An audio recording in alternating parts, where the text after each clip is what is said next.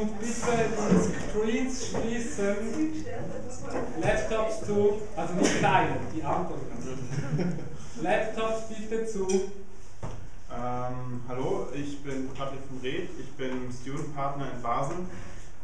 Das Event hier wurde hauptsächlich organisiert von Benjamin, der ist der Student Partner von Microsoft aus Zurich und studiert hier an der Fakultät, meine ich. Und der Workshop heute geht um, also nochmal, wir sind Vollzeitstudenten und in unserer Freizeit haben wir noch eine Art Langzeitpraktikum bei Microsoft. Der Workshop, den wir heute euch zeigen werden, ist von uns organisiert und es geht eigentlich, der Hintergrund ist ein Wettbewerb, an dem ihr teilnehmen könnt, bei dem ihr ein Windows Phone 7 gewinnen könnt. Der Wettbewerb ist auch komplett von uns organisiert. Zu Beginn wollte ich jetzt noch fragen, wer von euch kennt schon die Tools? Nein. Das ist ja das Beste, was passieren kann. Ja. Okay, und als nächstes, also geplant ist, dass jetzt als nächstes Marius eine Einführung machen wird. Do you want this?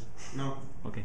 Er wird eine Einführung machen und euch einen Vortrag halten über, wie man auf der Xbox und auf dem Phone entwickelt, hauptsächlich auf dem Phone.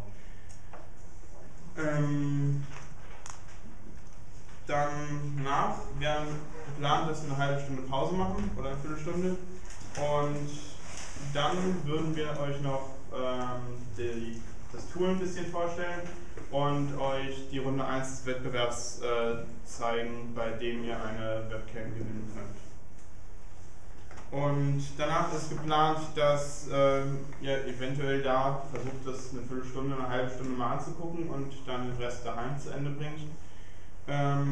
Danach werden wir hier eine Art Smalltalk machen und darüber reden, ob ihr schon Pläne habt, ob ihr vielleicht ein Projekt für den Wettbewerb machen wollt. So now Marius. Sure. He's one of the competitors of our competition and wrote some nice games and yeah. Guten Tag. Ich spreche nicht gut Deutsch, so ich spreche auf Englisch. Okay? Okay. Okay. So, the title of the talk today. By the way, if you don't hear me, well, if you want me to speak slower, tell me. Okay, interrupt me at any time. So this is the title of my talk for today. The question is why game development on the new Windows Phone 7 platform. Okay? So, introductions are first. Who am I? Okay? I'm that guy here, more or less. Okay? These things move. Anyway, that's my name. I am from Griechenland. I am not affiliated with Microsoft, okay? I don't work for them. As a matter of fact, I'm a candidate for a PhD at the University of Geneva for the past some years, okay? This is hopefully my last year, okay? I'll tell you next year, maybe. I'm a gamer, I play games, okay? Since the old days, when I was young and I was playing these things. And I also make games, since the old days. This is my first computer. Okay, I used to make my first game on this thingy. It was fun, but yeah, it got better.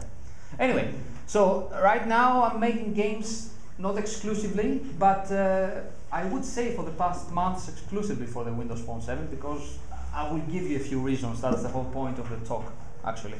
Okay, so this whole talk is just a few of my experiences with the new platform. The platform is really new. We're talking about November it came out, December, something like this. So just a few months. So, what does this thing say up there? Ah, hardware, yeah. Sorry, there's the lamp. So, this is kind of important. I'm going to talk just one slide about the hardware for the Windows Phone 7 platform. And this is kind of important for game developers specifically. Why is that? One word, fragmentation, okay? People who have actually developed natively for the Android platform might be familiar with this problem. And this problem was a problem with the previous platform from Microsoft as well, Windows Mobile, which many people want to forget ever existed, by the way. By the way, yeah, Windows Phone 7 is not Windows Mobile next version. They deleted everything and they made a new thing from scratch, which is a good thing, if you ask me. Okay, so fragmentation. You write a game for a mobile platform like Android, okay?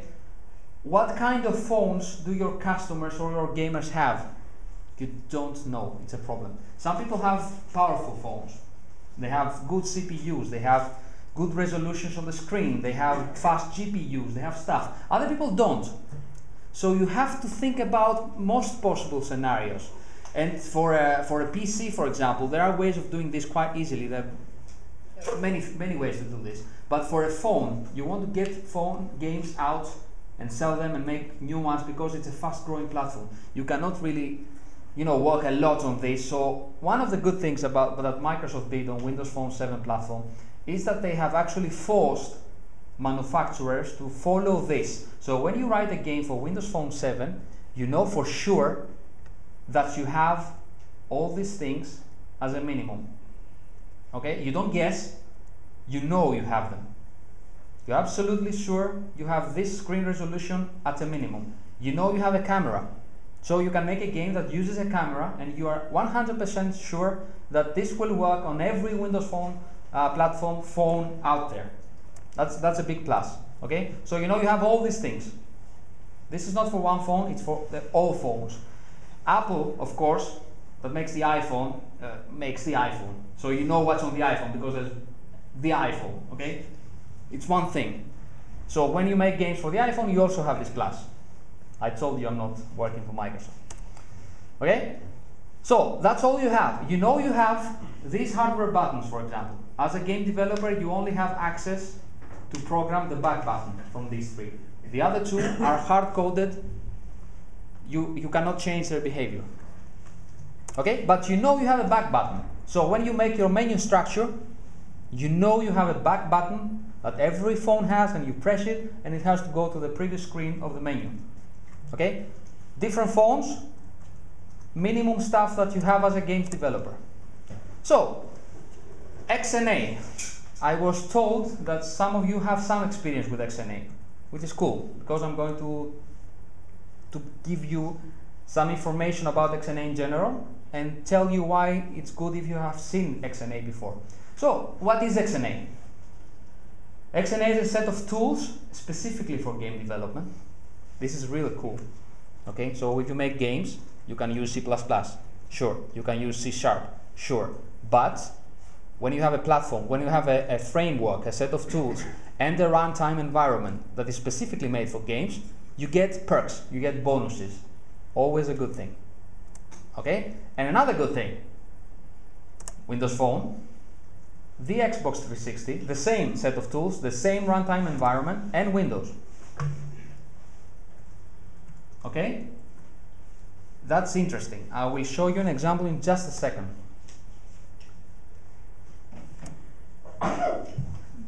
Originally, XNA stand for Xbox New Architecture. This was for the first Xbox, the black big one.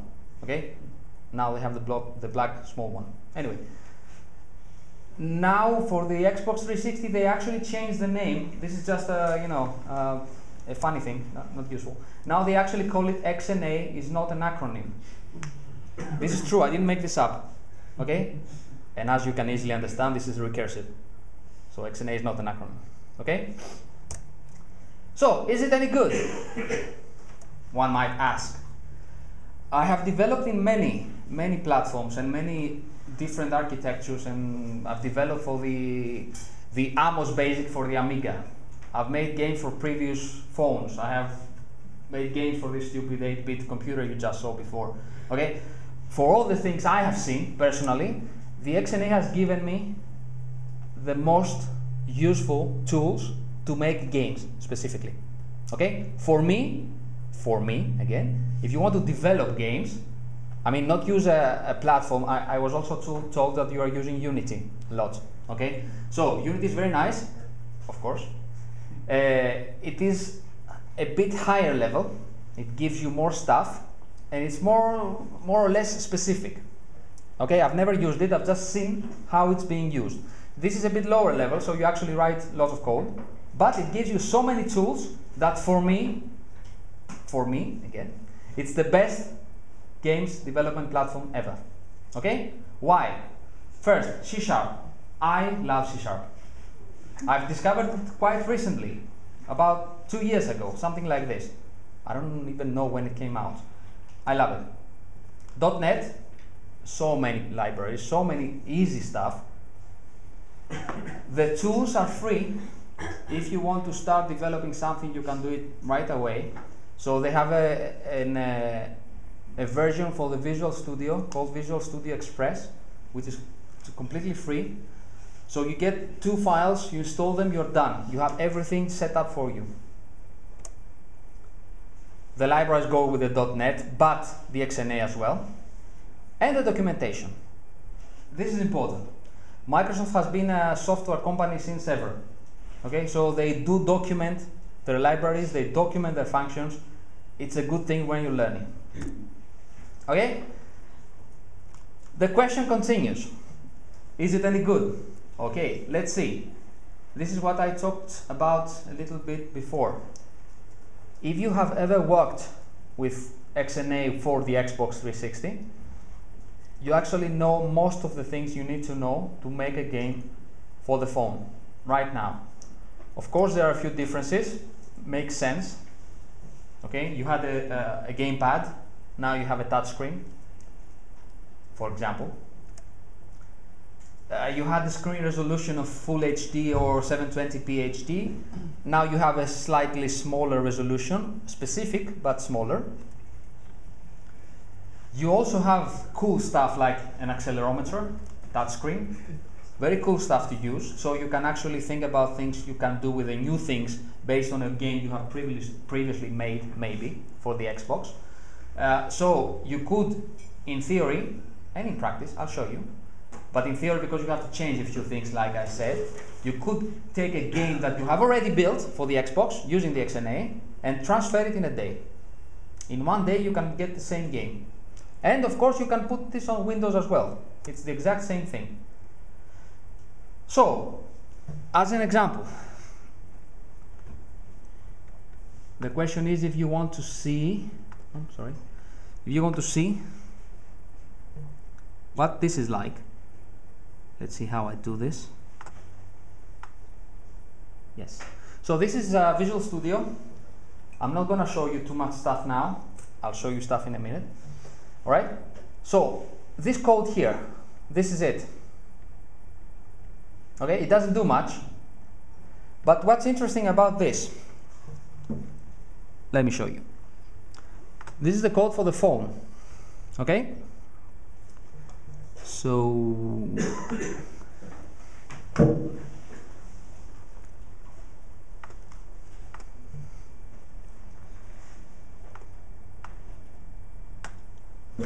that's my phone right here. Okay, I think I have to set some settings. Can you bear with me in a few? I've done it, but it doesn't save them apparently. Okay. Damn, sorry about this. Oh, and I think I cannot do it while this is running. Yeah. Sorry. This is my phone, but you cannot see much.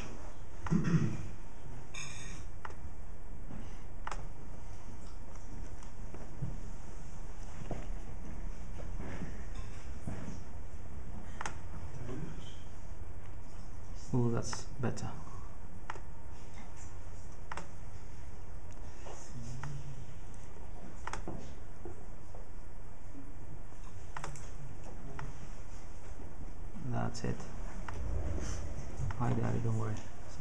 fixing the focus. That's great. And actually I'll just use this. I think you can see now better, right? So I'm not gonna show you the phone itself. What I wanted to show in this case is this, that the code I just showed you, which is like 2 pages of code, is this game here, right? Which doesn't do much. It shows a 3D model, and let me fix the color a little bit again. This is not too bright, so that's better. Okay, now take a look at this. It shows just a 3D model. It gives you some instructions up here, okay? And you just touch this and it shakes the camera. That's all it does. Okay, just a small demo. What I want to show you on this is not even that, is that if I do, bear with me for 5 seconds, this is gonna be interesting. This is my project for the phone, okay? Look at this. Okay, 1 click. I'm making this a default.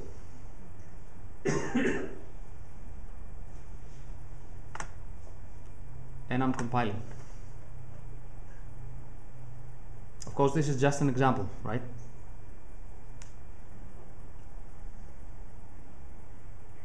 And I'm compiling.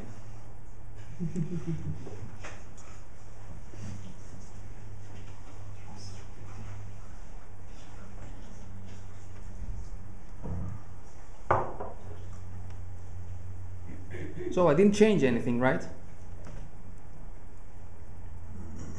Did I? There you are. It's on the other screen. Sorry about that. It's right here. Okay? Exact same thing. One thing to notice here is that the instructions have changed.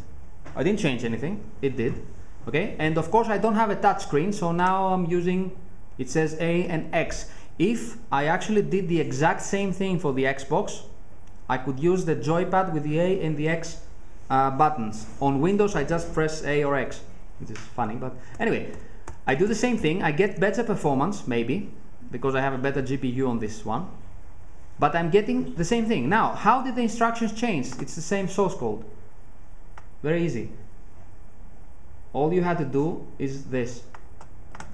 You can put compiler directives there and say that if you are compiling for the phone, do this. If you're compiling for Windows, do that. And if you are compiling for the Xbox, do that. They're very specific, okay? And it's quite cool, if you ask me, to be able to compile the same thing on 3 different platforms that have different, even CPU architectures, okay? But they have unified XNA in such a way that it just works. Back to the boring slides. So, more specifically, for Windows Phone 7, what it gives you a game loop. You are familiar with game design. I'm pretty sure you know what I'm talking about. I'm gonna talk about it anyway, but I'm just saying it. Okay, the games play even when you don't play. Okay, there is a game, you just sit in your chair, the little aliens are going to be running around, shooting you and doing stuff. So this means that the game runs in a loop, traditionally, something like that. Okay, you update your logic, you draw your screen. You update your logic, you draw your screen. Update could mean getting input from the player. It could mean artificial intelligence. It could mean network play, whatever. And then you draw, so the player knows what's going on. All right? Another thing, timing. This is important and kind of tricky, especially for new game developers, which you are not. Timing had confused me at the beginning because I was making, when I started making games, I told you, make a game for the Amiga. Okay, there's only one Amiga. You know what an Amiga is, right? Then you have to ask, how many ever played on an Amiga personally? I'm touched. It is 20 years old. No, I keep forgetting how old I am. I'm sorry about this. Okay. Well, they are also older, but you have to think that some of them might not be that old. I get it. Okay, so the Amiga is an old, slightly older computer. All right. So the thing about the Amiga is exactly like the iPhone, for example. There was only one Amiga at the time. Then, of course, there was a newer model, but for 3 years, for example, we had the Amiga 500. Most people did. There was another model, but most had this. So when you made a game there, and especially if you were beginning to develop games for the first time, you made something, it worked very nicely on your Amiga, and you thought it worked very nicely on all Amigas. Okay, and then a guy with an Amiga 2000 came along, and he got your game, and your game was going really fast because you didn't pay attention to your timing. Okay, this is interesting. Because of that, the default state of XNA is actually a fixed time step, which can be confusing and it's not very educational, but it works very nicely. What do I mean by this? You tell it that every frame of the game, I want it to be for 1/30 of a second. So you have, like this, 30 frames per second by default. And you don't care about timing. This is the default mode of the XNA. It makes your life much easier, trust me. So you update your logic, okay? If your logic update has taken lots of time and 1/3 of a second has passed, you don't draw. You update again. That's automatic, that's a default behavior. You don't do anything. Just update and you draw, like always. But if you are doing too much, it will skip automatically frames, so it will keep everything in sync. So if the new phones come out and they have a faster processor, they will still work at the same frame rate as they did, or better. But they will not lose their timing as a default behavior. Of course, it also gives you the traditional way of doing things, which is a variable time step. Okay? In this case, you have to take care of how you time your animations, your everything, by taking into account how many milliseconds it took for it to draw its frame. Okay? I'm not gonna go into details about this. I'm just saying that even in this detail, XNA has given you a way to make your life easier, which is the default mode. You can still skip to the traditional mode, which is this one. Okay? So, content. If you have ever developed any games in C++, for example, or something like this, I mean, my first 3D game I developed in Delphi, if you know that. Okay? And in order to actually create a model, load a model, a 3D model, and then put a texture on it, I had to write about 5 pages of code, because I had to read the texture file, for example. I had to reverse the bit of green and blue, and then put stuff like that, okay? This is higher level, you don't need that. So the XNA can give you all these images for free, you load them, you're done. You load fonts, you're done. XML, 3D models, MP3s, okay? Or you can make your own custom processor, so you can load a file that is not supported, you can support if you want to, or you can find support for it. They are all transferred and processed to something that the XNA calls the XPL files. You don't care about this. This is what goes into the phone or into the Xbox or wherever, and it just works for XNA. Okay, and it also supports some kind of compression in some of the assets. Another interesting and fun tool, just to, you load an image in one line of code, you use another one to draw it, you're done. Same for sounds. Okay, you don't care about the technical details in these things. That's interesting. Physics. There's a very, very nice physics engine which you can use for free. One of the most successful games on the Windows Phone right now, I don't remember the name. It's a game that you have a skier skiing down a slope and trying to destroy some robots, something. Yeah, don't ask. But the guy who actually made this physics engine made this game as well. Okay, and he has given the physics engine for free. You can use it. It's quite powerful. This is based on Box 2D. You might have heard. Yes, it's Crashlander, the name of the game. Thanks. Yeah, it's based on Box 2D, so it's mostly for 2D graphics and 2D games. Of course, you could expand it and give it for free for us to use, please. Okay? So, drawing. things couldn't be simpler. You don't need to change graphics modes, you don't need to change resolutions, you don't need to change anything. You have one draw method, I'll show you exactly the skeleton of the program in 1 second, not 1 second, in a few seconds. Okay, you can render whatever you want on this. So you have a 3D model, you render it, on top of it you draw fonts, behind it you draw 2D stuff, and it just draws, it composites everything, and it just works. It is quite powerful. Another interesting thing, this should be hardware, not hardware. Okay, sorry. So the GPU hardware has a built-in scaler, which is quite interesting. What do I mean by this, and what do I mean by free to use? You can actually draw in whatever resolution you want, which is equal or smaller than the native resolution of the screen, and you get free scaling to the full screen if you so wish, with black bars if it's not the correct aspect ratio, but you don't lose anything. You don't lose any CPU cycles, it's not slower, it's not anything. And this is quite interesting if you know that your game is going to be quite graphics intense and quite moving around, and you don't care about precision per pixel precision. You could actually lower your resolution. Lower your resolution and get double or triple the frames per second rate without losing anything else, apart from, of course, resolution.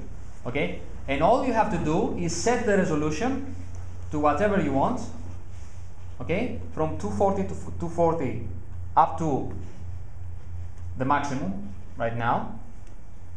And the game will just fit, automatically scale, and done. Okay? It will be automatically letterboxed. And this is also important, the touch input on the screen is automatically scaled. So you don't change any of your code. You could do this on the fly while you actually run your game. If you see that it's struggling, it has too many sprites, too many 3D models, whatever, you can lower the resolution on the fly and it becomes faster again. And then you can bump it back up. It has dedicated hardware. It doesn't even use the GPU for this.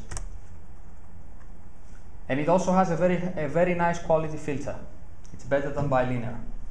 So it's gonna look good. It's not gonna look jagged or aliased, or how you might want to call it. Anyway, am I going too fast? It's okay. Okay, cool. So, events. I said in the slide before that the XNA is mostly game loop driven and not events driven.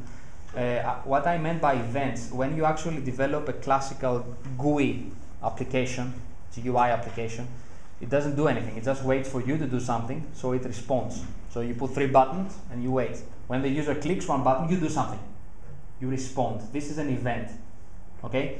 You also have events in XNA. For example, you play your best super cool game someone does, that you created and you are rich because of it someday, and someone calls you. You know, it's a phone after all. Okay? Someone actually tries to call you. In your game, you will get an event. You have to do something. First of all, the user will answer the phone. So your game has to do something. It has to pause, it has to save its state, it has to do stuff. This is an event. This is an example of an event. Okay? For example, or your battery is dying. This is also an event.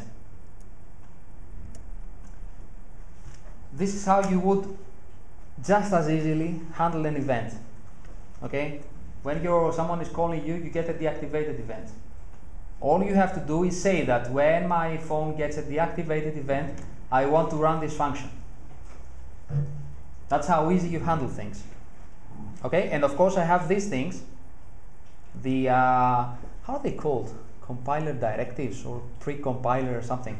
Something like that. Anyway, so the same code can compile for the Xbox, where you don't have phone calls, but it will not compile this, the compiler. But it's the same source code, because yeah, you don't need to. Sensors. With XNA, you have this. Oh, vibrator is not a sensor. Anyway, it doesn't matter. You have access and control for these things. You can vibrate the phone. Makes sense. You can access the accelerometer. I'm going to talk a little more about the accelerometer in a second, and the touchscreen as well, which is this one. You also have access to the camera. That's true and not true, because you don't have direct access to the camera. You cannot yet make a game that can capture stuff from the camera in real time and do interesting things. Someone made a game for another platform that you actually use your camera to see the room, and it shows aliens flying in the room, and you are moving your phone to shoot them, something. You cannot do this just yet. Well, what you can do is ask the operating system to give you a picture that you take. That's all for now. And the XNA framework right now does not allow you yet to use the compass, the light proximity sensor, and Bluetooth. Yet. Another thing that doesn't allow you yet to do, which is kind of a bummer, if you ask me, is sockets. So right now, real-time network play is out of the question. For now. It's coming, they promised it. Okay? I hope they do. Okay. Let me give you an example of how easy it would be for you to start a project. You want to start a game. All these things are part of the default template. I will show them. Don't be scared. It's a good thing that there are lots.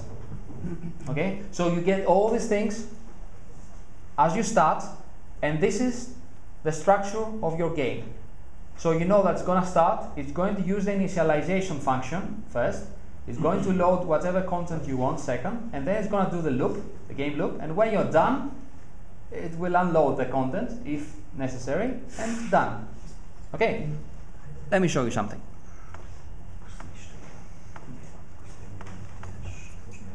So we had this. Okay. What I want to do is show you that.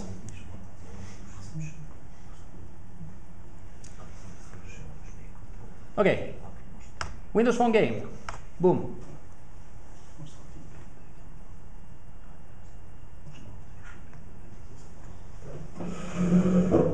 As you can see, this is what you get. You get a class. I hope you are familiar with this. You are a computer scientist, right? Yes. Not only game designers, that's what I mean. Yes. Okay. For those who are not, sorry. You should understand the structure, also what you tell now. Excellent, excellent. I'm just gonna say that you get a game class. You know what a class is? Yeah. Okay, cool. I Okay. say it because they should know it. Yeah, I'm sorry about this, but XNA is object oriented because it's C#.